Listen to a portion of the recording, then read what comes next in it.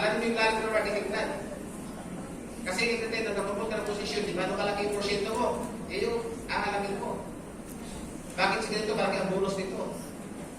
Bakit si ganito magpalit siya ito malaki? O alamin mo, bakit kaya? Diba? Kasi pag hindi mo alam, kumita ka ng malaki, tapos kumita ang bonus mo, hindi mo alam, di ba? Sabihin mo sarili mo, bakit naman yung things eh? Lumaki ang bonus mo, lumaki ka ngayon. Diba? Kapinta ka naman yung exit eh. Bakit yun? Dapat alam mo bakit siya lumaki at bakit lumiit. Bakit yun? Kaya kung gusto mong lumaki ng lumaki, eh, alamin mo ano yung nangyari, bakit siya lumaki. Then tuloy-tuloy mo siya. Tama? Nagmumonitor ka din kasi meron yung tanggap ka ng tanggap, di mo alam kung bakit saan galing ito eh.